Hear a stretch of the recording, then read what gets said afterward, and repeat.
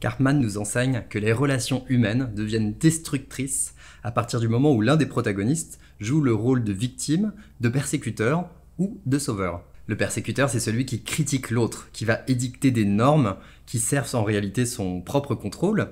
Il va inférioriser la victime et donc la maintenir dans son complexe d'infériorité. Et puis bien souvent, il se transformera lui-même en victime à partir du moment où il sera attaqué. Alors la victime, de son côté, elle va passer sa vie à se convaincre et à convaincre les autres qu'elle est impuissante face à une situation donnée. Donc la victime, elle va éviter de changer, éviter de prendre ses responsabilités, être davantage en train de se plaindre que de chercher des solutions, et puis même quand elle n'a pas de persécuteur autour d'elle, en réalité elle va s'en inventer. Rassurez-vous, les sauveurs sont également rhabillés pour l'hiver. Eux, leur mobile, c'est qu'ils se sentent coupables si jamais ils n'aident pas les autres. Mais en réalité, tout ce qu'ils font, c'est maintenir les autres, les victimes, dans un état d'infériorité, voire dans un état de dépendance, et donc ils n'aident pas vraiment. En fait, ils cherchent à fuir leurs propres problèmes, et ça leur permet d'éviter d'avoir à s'en occuper réellement. Au final, ils peuvent eux-mêmes devenir des victimes parce qu'ils éprouvent bien souvent un sentiment de manque de reconnaissance par rapport à leur action. Donc vous voyez bien que les victimes ne sont pas aussi impuissantes qu'elles veulent bien le faire croire, que les persécuteurs n'ont pas de raison valable de critiquer, et que les sauveurs n'aident pas vraiment. Alors en réalité, on rentre très vite dans ce type de schéma de relation parce qu'on se tend des perches les uns aux autres en permanence. Donc par exemple, si vous croisez un collègue dans un couloir et que vous lui dites « Ah là là, j'ai vu ta présentation pour le comité demain, franchement, envoie-la moi, je vais te l'améliorer parce que là, je pense que ça va pas du tout. » Vous lui tendez une perche en tant que sauveur pour qu'il se place en position de victime pour vous.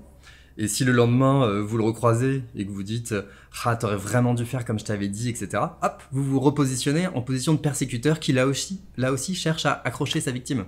Mais ça joue aussi à échelle beaucoup plus macro, ça peut structurer une relation, un couple, ou alors un système de relations. De façon générale, on joue tous un petit peu tous les rôles, mais on a souvent une dominante. Alors je vais prendre comme exemple un bon cliché, on pourrait imaginer un père de famille qui est une victime au travail parce qu'il n'a pas trop confiance dans ses compétences et ça se passe pas très bien pour lui, qui est un persécuteur à la maison parce qu'il dévalorise sa femme et ses enfants en permanence, et qui au contraire joue le sauveur avec un ami qui est en difficulté et pour qui il essaye de tout prendre en charge. Alors quand on est pris dans ce genre de système, on peut pour s'en sortir par exemple utiliser la règle des 10%, donc savoir que ce qu'on dit soi-même est à au moins 10% faux, que nous-mêmes on joue à au moins 10% tous les rôles, ça permet de sortir de cette illusion de neutralité que serait notre propre point de vue. On peut aussi se dire que 10% de la population aurait agi comme la personne qui nous met en rogne à un moment donné. C'est plus un problème d'humanité que d'une personne en particulier. On peut se dire aussi que chacun des participants au jeu a au moins 10% d'intention positive, et puis que chacun a peut-être au moins raison à 10% également. Et en suivant cette règle, on prend du recul et ça nous aide à comprendre ce qui se passe. Par exemple, si un manager hurle sur un collaborateur, eh bien c'est le persécuteur qui est évidemment le plus visible, mais peut-être que cette force du persécuteur cache une vraie volonté d'aider son collaborateur à s'améliorer, même si c'est moins visible.